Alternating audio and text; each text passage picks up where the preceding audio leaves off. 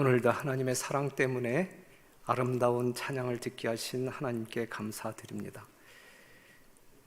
지난 11월 달 우리 본교회는 선거위원이 구성되었고 22년도 직원들을 선출하게 되었습니다.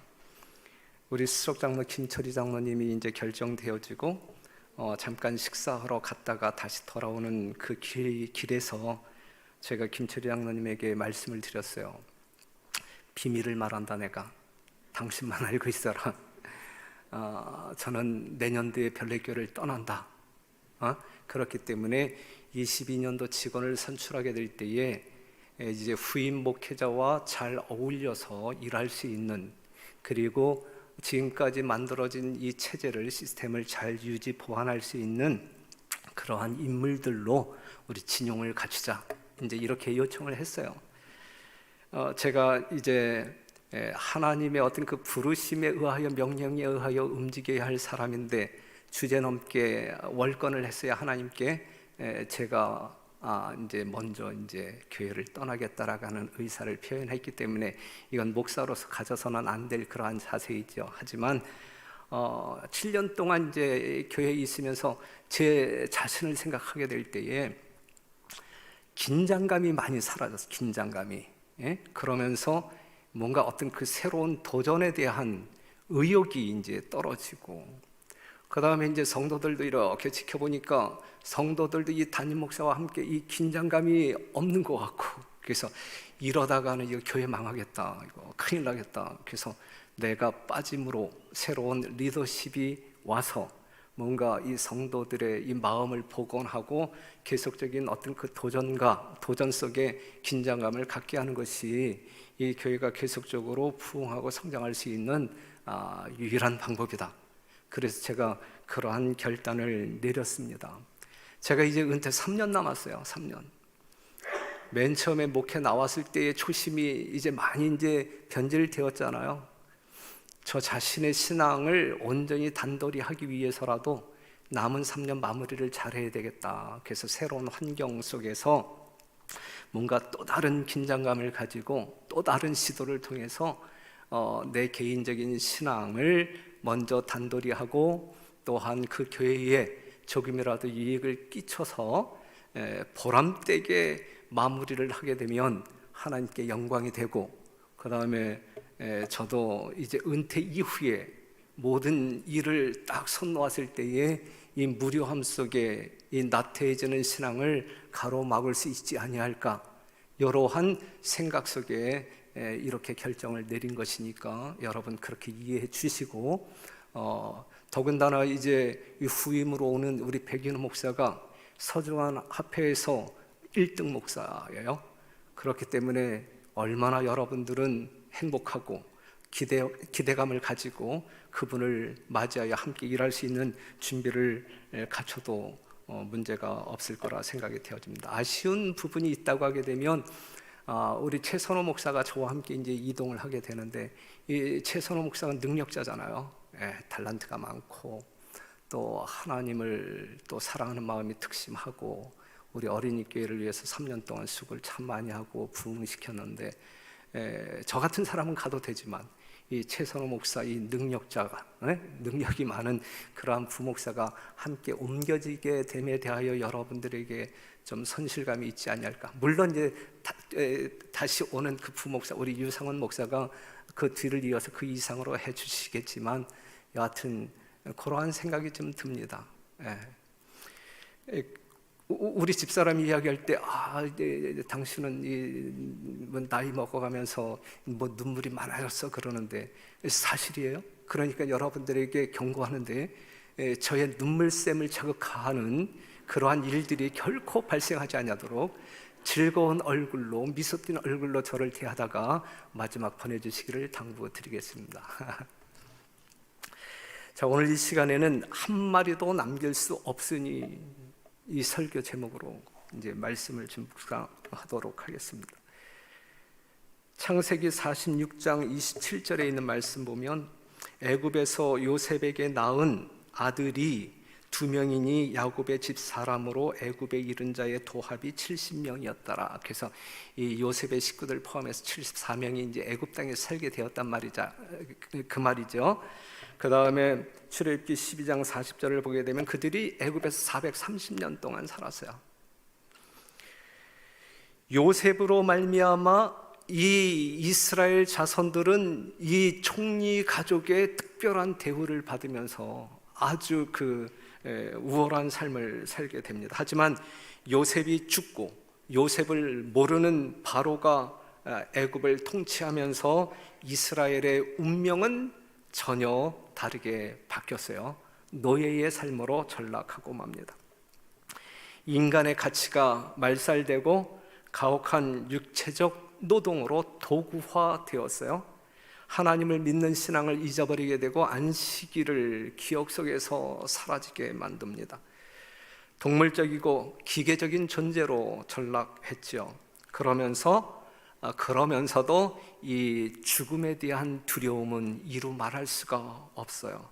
결국 그들은 이제 하늘을 향하여 울부짖잖아요. 탄식하며 울부짖어요. 출애굽기 3장 23절에 있는 말씀, 여러 해 후에 애굽 왕은 죽었고 이스라엘 자손은 고역으로 인하여 탄식하며 부르짖으니 그 고역으로 인하여 부르짖는 소리가 하나님께 상달한지라. 그랬어요. 그들의 탄식을 들으시면서 우리 하나님은 아브라함과 했던 약속, 언약을 기억하십니다. 그리고 그들을 구원하기 위해 하나님이 내려오십니다. 그렇죠? 예, 죄 많은 죽을 수밖에 없는 우리 인간들을 구원하시기 위하여 우리 하나님은 친히 뭐 하시는 분이에요? 내려오시는 분이에요. 여기서 이제 영적으로 이야기할 때, 여기 이제 하나의 어떤 그 상징적인 표현이기도 한데, 영적으로 이야기할 때의 애굽은 오늘 우리가 살고 있는 이 죄의 세상을 상징합니다. 아시죠? 그 다음에 이 애굽 왕 바로는 이 세상 나라를 징치하는 사단을 상징해요. 사단을 상징. 이스라엘이 애굽 땅에서 바로의 노예로 고난 가운데 살았듯이 우리도 이 땅에서 누구의 노예로? 사단의 노예로 고난 가운데 사는 사람들입니다. 로마서 7장 14절, 우리가 율법은 신령한 줄 알거니와 나는 육신에 속하여 죄 아래 팔렸도다. 우리 모두는 죄 아래 팔린 사람이고, 디모데후서 2장 26절 보게 되면 저희로 깨어 마귀의 올무에서, 마귀의 올무에 사로잡힌 자들, 죄 아래 팔려서 마귀의 올무, 즉 마귀의 노예가 되어 버렸어요. 그러면서 로마서 5장 6절 보게 되면 우리가 아직 연약할 때에, 우리는 얼만큼 연약하냐면 이 마귀의 올무에서 벗어날 수 있는 능력이 전혀 없는, 이 사망의 노예에서 벗어날 수 있는 능력이 조금도 없는 그만큼 연약한 자, 죄 아래 팔려 마귀의 올무에 묶였고 또한 벗어날 수 없어서 사단에 끌려다니는 노예로 전락한 그러한 삶을 살아가고 있는 것이 현재적 우리의 삶이다라고 하는 사실이죠. 쾌락의 노예, 질병의 노예, 사망의 노예. 그래서 오늘 이 지구상에서 우리가 사는 삶은 상당히 고돼요. 너무나 힘들어요. 힘들게 살았던, 이 고역으로 말미암아 힘들게 살았던 이스라엘 백성들은 그때 하늘을 바라보고 탄식했어요. 울부짖었어요. 지금 이 마지막 경점을 살아가고 있는 우리들은 이 세상을 즐기는가, 아니면 이 세상의 환경으로 인하여 고통당하고 있는가? 하늘을 향하여 울부짖을 만큼 여러분들이 지금 고난을 경험해야 되는데, 실제적으로 우리가 이 코로나로 인하여 등등 여러 가지 어떤 그 경제로 인하여, 질병으로 인하여 어려움을 당하잖아요. 지금 이때 우리가 하늘을 향하여 울부짖는다고 하게 되면 우리 하나님이 들으실 것이고 우리를 구원하기 위하여 이 땅에 내려오실 텐데, 그러한 탄식 소리가 여기저기서 들려야 되는데 그러한 소리가 잘 들리는 것 같지 않아요. 하지만 오늘 이스라엘의 역사를 통하여 우리 자신의 삶을 영적으로 대입시켜 봤으면 좋겠습니다. 이스라엘을 구원하는 하나님의 행동에 바로는 힘을 다하여 저항합니다. 하나님 행동하시고 그 다음에 바로는 저항하고. 출애굽기 5장 1절 여러분들이 교독했던 말씀을 다시 보면, 그 후에 모세와 아론이 가서 바로에게 이르되 이스라엘 하나님 여호와의 말씀에, 하나님의 말씀에 내 백성을 보내라, 애굽에서 보내라, 그들이 광야에서 내 앞에 절기를 지킬 것이니라 하셨나이다 그랬어요. 이 이스라엘 백성들은 애굽에서 종들로 노예처럼 살아야 할 사람들이 아니란 말이에요. 하나님의 백성이기에 하나님을 숭배하며 살아야 할 사람들이란 말이에요. 그렇기 때문에 그들에게 자유를 주어 보내어 나를 경배하도록 하라, 이렇게 바로에게 요청을 한단 말이에요. 그런데 2절 바로가 가로되 여호와가 누구간데 내가 그 말을 듣고 이스라엘을 보내겠느냐? 나는 여호와를 알지 못하니 이스라엘도 보내지 아니하리라 그랬어요. 여호와가 누구간데? 바로가 여호와를 알아요, 몰라요? 모른단 말이에요. 애굽 사람들이 여호와를 알아요, 몰라요? 모른단 말이에요. 그래서 보내지 않겠다라고 버팅기고 있는 거예요. 여호와를 모르는 바로와 애굽에게, 그래? 그러면 내가 알려줄게, 이제 이렇게 이제 하나님이 행동하십니다. 모르지, 너희가 나를 모르지, 너희가 나를 내가 어떠한 존재인지 알게 해줄게, 이제 이렇게 이야기하면서 하나님이 행동을 해요. 7장 5절에 있는 말씀, 내가 내 손을 애굽 위에 펴서 이스라엘 자손을 그 땅에서 인도하여 낼 때에야 애굽 사람이 나를 여호와인 줄 알리라. 이스라엘 백성들을 애굽에서 꺼내서 가나안 땅으로 보내는 모든 과정, 이 역사적인 과정을 통하여, 하나님의 능력의 역사를 통하여 애굽 사람들로 하여금, 바로를 포함한 애굽 사람들로 하여금 하나님이 진정 어떠한 존재인지를 알게 하시겠다라는 말씀이에요. 하나님을 알아야 합니다. 그렇죠? 그래서 우리 하나님은 알리시려고 하는 거예요. 알리시려고. 이스라엘을 구원하는 전 과정을 통하여 하나님이 어떠한 분인지 알리시려고 시도하는 거예요. 이러한 하나님의 행동은 이스라엘 백성들만을 구원하시겠다는 의미일까요? 아니면 하나님을 모르는 바로도, 애굽 사람들도 하나님을 알게 함으로 말미암아 하나님께서 주시는 선물, 구원을 주시겠다는 말씀인가요? 모두예요. 그렇죠? 이스라엘 백성들을 구원하실 뿐만 아니라 애굽 사람들에게도 하나님을 알게 함으로 말미암아 하나님이 준비한, 하나님이 줄 수 있는 구원에 동참할 수 있도록 기회를 주기 위하여 하나님은 행동하고 있는 것입니다. 하지만 이 바로는 여호와가 누구간데 내가 그의 말을 들으며 너희들을 보내게, 안 보내, 못 보내, 이제 이렇게 이야기하고 있어요. 그랬을 때에 하나님께서는 이제 모세를 통하여 이제 야수를 피로, 이 첫째 재앙이에요. 그렇죠? 그래도 끄떡 안 하니까 이제 개구리를 또 통해서 그들로 하여금 하나님의 능력을 보게 하고, 그래도 안 들으니까 이제 티끌을 침으로 말미암아 이가 되게 해요. 그래서 또 하나님을 알게 하고. 그런데 이제 첫째 재앙과 둘째 재앙은 이 애굽의 요술사들도 조금 흉내를 냈어요. 그러니까 이 강팍한 이 바로가 전혀 꿈쩍을 안 하거든요. 그런데 티끌을 쳐서 이제 이를 만드는 이 재앙은 이 요술사들이 시도해 보았지만 할 수가 없었어요. 그래서 8장 19절에 있는 말씀을 보게 되면 요술사가 바로에게 말하되 이는 하나님의 권능이라, 이렇게 증언을 해요. 이는 하나님의 권능이라. 그래서 이 바로의 마음이 조금 움찔합니다. 움찔한 그에게 또 팔이라고 하는 재앙을 통해서 하나님이 이러한 존재야 라고 하는 사실을 알려주어요. 그래서 이 네 가지 재앙을 통하여 바로의 마음 가운데 하나님이 이러한 분이시네, 그게 조금 움찔해요. 움찔해. 그러면서 이 모세에게 이러한 제안을 합니다. 출애굽기 8장 25절에 있는 말씀 보면 바로가 모세와 아론을 불러, 야 와봐, 너희가 가서 이 땅에서 너희 하나님께 희생을 드리라 그랬어요. 알았어. 하나님을 경배해. 하나님을 경배할 수 있는 기회를 줄게. 그런데 어디에서? 이 땅에서, 이 애굽 땅에서, 우리와 함께 살고 있는 이 땅에서 하나님을 경배해.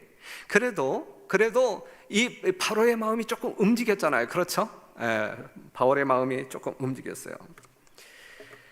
처음 가졌던 태도에 비해 대단히 은혜스러운 입장을 취하고 있는 거예요. 바로 입장에서 상당히 많이 양보한 거예요. 그렇죠? 이러한 제안을 여러분들이 받았다고 하면 여러분들은 어떻게 대응하시겠습니까? 고맙다, 하나님을 경배할 수 있는 기회라도 줘서 참 고맙다, 이렇게 대응하실까요? 여러분들은 어떠한 태도를 보여야 합니까? 지금 모세와 아론은 이러한 타협 조건에 응낙했나요? 아니란 말이에요. 왜냐하면 거기에는 사단의 간교한 꾀가 있었어요. 그리고 하나님의 말씀대로가 아니에요. 이것은. 그렇죠? 하나님의 말씀대로가 아니란 말이에요. 그렇죠? 그래서 모세가 반응하기를 27절에 우리가 사흘 길쯤 광야로 들어가서 우리 하나님 여호와께 희생을 드리되 우리에게 명하시는 대로 하려 하나이다 그랬어요. 지금 이 모세는 누구의 말씀을, 하나님의 말씀을 결코 거역할 마음이 없는 거예요. 하나님의 말씀을 문자 그대로 순종하여 하나님을 경배하고자 이 바로와 대항하고 있는 것입니다. 모세는 정말로 말씀의 원칙에 굳게 선 믿음의 사람임에 틀림이 없어요. 우리 별내교회 모든 성도들이 이 말씀의 원칙에 결코 타협함이 없는 굳게 서는 믿음의 성도들이 되어야 합니다. 모든 것을 다 양보한다 할지라도 하나님께서 명하신 진리의 말씀은 한 점, 한 획이라도 결코 타협해서는 안 되는 거예요. 지금 그 말씀을 이야기하기 위하여 지금 이 주제를 선택한 것입니다. 하나님의 명령에 순종하는 것은 타협의 대상이 결코 아닙니다. 애굽에서 나와서 하나님의 제단이 서야 할 장소까지 거리는 누가 정하는 것이냐면 하나님이 정하신 거예요. 하나님이. 그래서 모세는 그 기준을 낮출 재량권이 없는 거야. 하나님의 말씀을 이루는 일에 자기를 헌신해야 한다는 말씀이죠. 그래서 우리 하나님 여호와께 희생을 드리되 우리에게 명하시는 대로 여러분들이 안식일을 준수하되 안식일날 하나님을 경배하되 안식일날 하나님 앞에 나와서 헌물을 드릴 때 하나님께서 명하신 대로 해야 문제가 없는 거예요. 그게 진정한 예배가 되는 것이거든요. 조금 더 타협함이 있어서는 안 되고 양보가 있어서는 안 된다는 말씀이죠. 바로가 제안한 이 땅에서 드려, 이 땅에서 하나님을 경배해. 이 땅은 아니에요. 이 땅은 우리가 머물러야 할 곳이 아니란 말이에요. 이 땅을 벗어나야 돼요. 우리는 이 세상을 벗어나야 돼요. 세속에서 벗어나야 되고 죄악에서 벗어나야 합니다. 죄악 가운데 머물면서 우리의 심령을 하나님께 반은 드리고 반은 안 드리면서 하나님을 경배한다라고 말할 수 없는 것이거든요. 이 땅에서 그 죄의 마음을 가지고 세속의 마음을 가지고 하나님을 경배할 수는 없는 거예요. 그래서 모세는 하나님의 명령대로 사흘길을 요청합니다. 사흘길이 뭘까? 우리가 좀 생각해 본다고 하면 그냥 십자가의 완전한 길로 이해를 하시면 어떨까 싶어요. 죽음에서 부활까지의 거리, 자신이 예수님과 함께 죄에 대하여 죽고 부활했다는 사실을 확신하는 사람은, 그 믿음을 가지고 침례받은 사람은, 침례받은 사람은 세상과 타협할 수 없는 사람들이 되는 거예요. 정말 그리스도와 합하여 죽고 장사 지내고 부활한 사람, 이 3일길을, 이 믿음의 3일길을 간 사람들에게는, 그러한 확신이 있는 사람들에게는 세상과 타협할 수 없는 사람이 된단 말이죠. 죄와 합하여 죽은 사람이기 때문에 죄를 두려워해야 할 이유가 없고, 이미 부활을 경험한 사람들이기 때문에 죽음을 두려워해야 할 이유가 없는 사람들로 거듭났잖아요. 그렇죠? 여러분들이 이 세상의 죽음을 두려워합니까? 그런 사람들 아니잖아요. 그래서 사흘길은 애굽과의 완전한 분리를 의미해요. 죄의 세상과의 완전한 분리를 의미하는 거예요. 그러니 사랑하는 성도 여러분, 우리는 지금 가나안을 향하여 가고 있는 사람들이에요. 하늘 가나안을 향하여 여행하는 사람들이에요. 그 고지가 바로 눈앞에 있단 말이죠.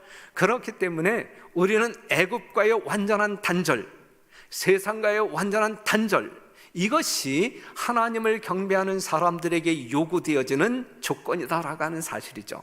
그래서 아론과 모세는 이 땅에서 예배를 드리라 요청하는 이 바로의 어떤 그 타협안을 받아들일 수가 없어요. 그러자 이 바로가 조금 더 양보해요. 양보를 해서 28절에 뭐라고 이야기하냐면, 바로가 가로되 내가 너희를 보내리니 너희가 너희 하나님 여호와께 광야에서 희생을 드릴 것이나, 광야에 나가서 희생을 드릴 것이나 너무 멀리는 가지 말라 그래요. 너무 멀리는 가지 말라.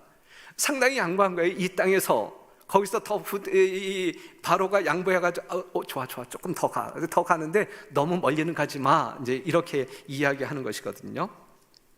자기의 영향력 안에서, 영향력 밖으로 나가지 말고 안에 있으라. 여러분, 이러한 제안이 들어온다고 하게 되면 여러분들은 받아들이시겠습니까? 이것 또한 받아들일 수 없는 거예요. 왜냐하면 하나님의 명령대로가 아니기 때문에 그래요. 하나님의 말씀이 아니기 때문에 그래요. 아닙니다. 그렇죠?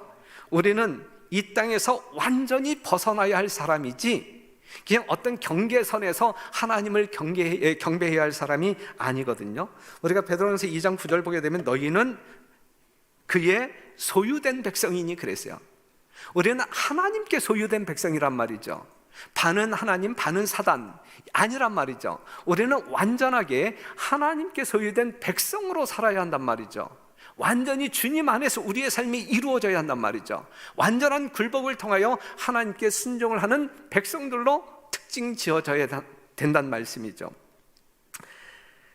우리는 완전히 하나님께 소유된 백성으로 살아야 합니다. 경계선상에 머물러 있어서는 안 돼요. 상당히 위험한 장소가 회색지대예요. 경계선이에요. 경계선. 여러분들의 정체성을 분명하게 보여야 돼요. 진짜 남은 백성으로 하나님께 소유된 백성이라고 하면 그 백성들에게 요구하는 모든 특징들을 우리가 순종하면서 보여야 한다는 말씀이죠. 그러한 거룩한 성도 여러분 되시기를 간절히 바랍니다. 모세는 단호했어요. 타협안을 완강하게 거절합니다.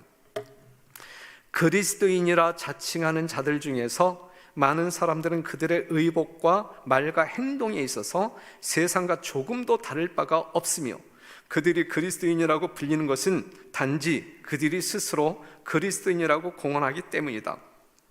그들은 그리스도를 기다리고 공언하지만 그들의 대화는 천국에 관한 것이 아니고 세속적인 사물들에 관한 것이다 그랬어요. 그 다음에 밑에서 세 번째 줄, 그러나 재림 신도라는 이름을 지닌 자들 중 많은 사람들은 성경 말씀을 배우고 그분의 인정을 받으려 하기보다는 몸치장을 하는 세상 사람들의 눈에 잘 보이게 되는 방법을 더 많이 연구하고 있다. 초기 문집에 그렇게 증언하고 있거든요. 오늘날 그리스도인과 그리스도인이 아닌 이방인들과의 차이점이 무엇이냐? 삶의 모습을 통하여 아무런 차이점을 구별할 수 없다. 그럼 무엇으로 하느냐? 난 그리스도인이야, 난 안식교회 교인이야, 장로야, 이렇게 이야기함으로 네가 예수 믿는 사람이구나, 이렇게 구별되어진단 말이죠. 마지막 이 재림 성도들의 모습도 마찬가지라고 이야기하고 있는 것이거든요. 우리가 이렇게 살아서는 안 된다라고 이 마지막 시대에 화인 여사를 통하여 하나님은 강력하게 촉구하고 있는 것이거든요. 사랑하는 성도 여러분, 타협은 안 돼요. 우리는 경계선에 있어서는 안 돼요. 기면 기고 아니면 아니고, 차면 차고, 더우면 더워야지 미지근해선 안 된단 말이에요. 그래서 빌립보서 3장 8절, 이 세상에 있는 모든 것을 배설물로 여길 수 있는 오직 하나님의 거룩한 말씀만이 가장 고상한 지식임을 깨닫고 순종하는 삶을 사는 것이 오늘 이 시대를 살아가고 있는 재림 성도들의 마땅한 삶이다. 그렇게 사시는 여러분과 제가 되기를 간절히 바랍니다. 그래도 이 바로가 마음을 완전히 양보하지 아니함으로 말미암아 하나님께서는 그들에게 이제 또 다른 재앙을 허락하지요. 독종, 짐승들에게 독종이 있게 함으로 말미암아 수많은 가축들이 죽임을 당하고, 그래도 바로의 마음이 흔들리지 아니하니까 우박을 부어줌으로 말미암아 이 땅에 있는 모든 어떤 그 곡초들이 다 이렇게 망가지고, 그럼에도 불구하고 푸른 싹이 남아있는 그것들을 메뚜기 떼를 보내가지고 완전히 황토화시킵니다. 이럴 때에 이제 애굽 사람들의 반응은 어떻게 되냐면, 바로의 신하들이 바로에게 고하되 어느 때까지 이 사람이 우리의 함정이 되리이까? 그 사람들을 보내어 그 하나님 여호와를 섬기게 하소서. 왕은 아직도 애굽이 망한 줄을 알지 못하시나이까? 이제 신하들이 아주 간청을 하지요, 이 왕에게.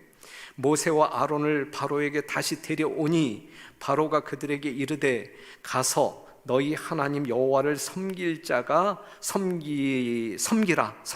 너희 하나님을 가서 이제 너희가 원하는 대로 그 지점까지 가서 여호와를 섬기라. 상당히 양보했어요. 이제 정신 차리는 거죠. 그런데 이 바로가 묻기를 섬기라. 갈 자가 누구냐 그래. 갈 자가 누구냐. 그랬을 때 9절, 모세가 가로되 우리가 여호와 앞에 절기를 지킬 것인즉 우리가 남녀노소와 우양을 데리고 가겠나이다 그랬어요. 이게 하나님께 속한 것은 하나도 남겨둘 수 없는 거예요. 하나님께 속한 것은 이 세상 가운데 남겨두어서는 안 되는 거예요. 하나님 것은 하나님께 구별하여 드려야 된단 말씀이죠. 지금 모세는 결코 양보하지 않습니다. 우리 남녀노소와 우양을 데리고 가겠나이다. 그럴 때 이제 또 바로가 화를 벌컥 내지요. 그러면서 하는 이야기가 불가하다. 그것은 해도 너무한다. 내가 이 정도 양보했으면 너희도 이 정도는 양보해야지. 너무한다. 그러면서 뭐라고 이야기하냐면 너희 남정만 가서, 남자들만 가서 여호와를 섬겨라. 마음껏 섬겨라.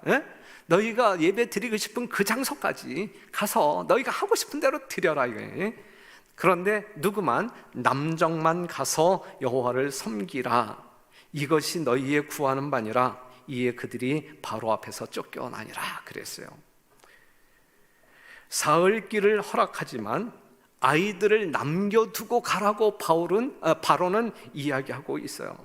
사단은 분명히 교활한 거예요. 사단은 상당히 교활해요. 부모들은 광야에서 하나님께 예배하고 어린 자녀들은 여전히 우상 숭배자들 곁에 있게 하는 것, 이것은 사단의 관계예요. 관계. 바로는 이 제안이 받아들여지면 자기가 성공할 것을 아는 것이거든요. 이게 사단의 속셈이거든요. 자녀들을 잡으면 누구를 잡을 수 있어요? 부모를 잡을 수 있어요. 자녀들을 잡으면 부모를 잡을 수 있어요. 사단은 우리 자녀들을 볼모로 잡고 있어요. 지금 이 세상에서도 자녀들을 볼모로 잡고 있어요. 자녀들을 망가지게 함으로 우리의 마음을 파괴시키려고 노력하고 있어요. 우리는 그러한 세상 속에서 그러한 수많은 일들을 경험하고 상당히 아픈 마음으로 기도하면서 살아가고 있는 것 아닙니까? 엘리 제사장은 실패한 성도였어요. 자녀 교육에 실패함으로 그의 가정사는 비참하게 끝납니다. 마태복음 10장 37절에 있는 말씀이 과도한 요구일까요? 아비나 어미를 나보다 더 사랑하는 자는 내게 합당치 아니하고 아들이나 딸을 나보다 더 사랑하는 자도 내게 합당치 아니하고 그랬어요. 하늘은 가족들보다 더 가치가 있는 곳이에요. 예수님은, 우리 하나님은 우리의 부모나 자식보다 훨씬 더 가치가 있는 존재예요. 그런데 오늘날 이 세상 부모들은, 오늘날 이 세상 사람들은 하늘의 가치를, 하나님의 가치를, 그 사랑의 가치를 내 자식보다 못하게 여기고 내 부모보다 못하게 여기는 그러한 우를 범하고 사는 경우들이 많이 있단 말씀이죠. 그러한 사람들이 하늘에서 살기에 적합하지는 않다, 이 말씀을 이야기하고 있어요. 아담이 하와를 사랑하기 때문에 선악과를 먹은 것은 지혜로운 짓이에요, 아니면 미련한 짓이에요? 미련한 짓이라고 우리는 알고 있잖아요. 그렇죠? 왜 저랬을까? 참 어리석었다, 이렇게 생각하면서 우리는 아담의 삶을 본받고 있지는 않는지, 말은 그렇게 하면서 나의 행동은 아담의 행동과 동일한 행동은 아닌지 생각해 보아야 합니다. 욥이 자녀들을 다 잃어버렸잖아요. 그렇지만 욥이 자녀들을 다 잃어버렸어도 무엇은 포기하지 않았어요? 하나님을 믿는 신앙은 포기하지 않았어요. 이런 사람들이 복을 받고 하늘에 간다는 이야기예요.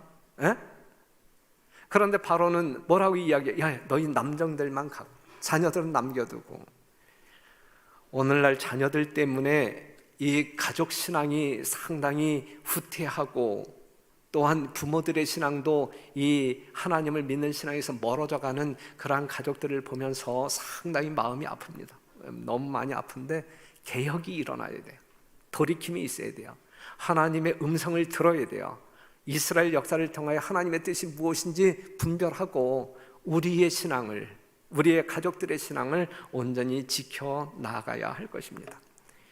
이렇게까지 이제 또 바로가 나오니까 우리 하나님께서는 또 흑암이라고 하는 재앙을 내려요. 9번째 재앙, 흑암이라고 하는 재앙을 내리는데, 애굽 사람들은 해, 달, 별을 그들의 우상으로 섬겼어요. 그런데 흑암의 재앙이 임했다라고 하는 이야기는 그들이 숭배하는 우상을 완전히 초토화시키는 거예요. 무력화시키는 거예요. 우리 하나님께서 그들의 우상이 사라졌어요. 그랬을 때에 이 바로의 반응이 어떻게 나오냐면, 바로가 모세를 불러서 이르되 너희는 가서 여호와를 섬기되 너희 양과 소는 머물러 두고 너희 어린 것은 너희와 함께 갈지라. 너희 자녀들은 두라 그랬었잖아요. 그런데 이제 이 바로가 어디까지 양보하냐면, 오케이, 다 가. 너희 자녀들도 다 가. 이제 다 가도 좋아. 이제 이렇게 타협안을 제시하면서 뭐 하나를 남기냐면, 야, 양과 소는 그냥 두고 가, 이렇게 이야기하는 거예요. 상당히 양보했잖아요. 어린이도 보내겠다, 하지만 양과 소는 머물러 두라. 바로는 꽤 많이 양보한 거예요. 엄청나게 양보한 거예요. 그럼에도 불구하고 모세는 한 발자국도 움직이지 않아요. 모세는 협상의 원칙을 모르고 있는 것인가? 융통성이 없는 꽉 막힌 사람인가? 너무하다고 생각하지는 않는, 여러분들이 볼 때 이 세상을 살아가는 여러분들이 볼 때 이 모세는 어떠한 사람이에요? 위대한 사람이에요? 아니면 꽉 막힌 사람이에요? 미련한 사람이에요? 지혜로운 사람이에요? 우리의 이론은 정답이 있어요. 그런데 우리의 삶이 그 정답대로 살아가느냐, 이거죠.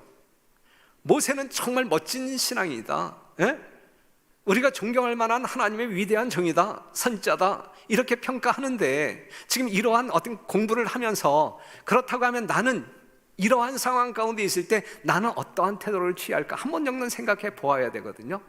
그러면서 이 모세와 같은 태도를 취할 수 없다고 하게 되면, 나의 신앙이 아직 부족하구나, 하나님 저에게 정말 온전한 믿음을 달라고 기도해야 돼.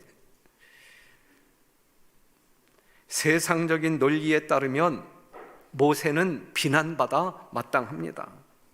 하지만 신앙의 논리는 모세가 전적으로 옳은 거예요.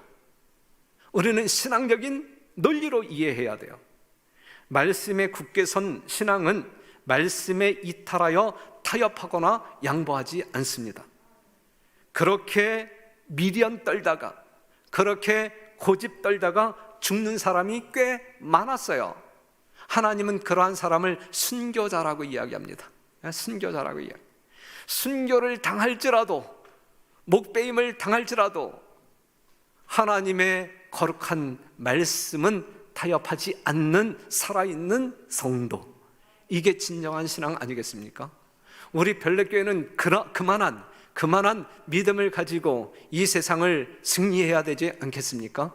그러한 여러분 되시기를 간절히 바랍니다. 소와 양을 버려두고 가라, 그랬을 때에 모세는 뭐라고 대꾸하냐면 한 마리도 남길 수 없다. 한 마리도 남길 수 없다. 다 끌고 가야 된다. 다 끌고 가야 된다.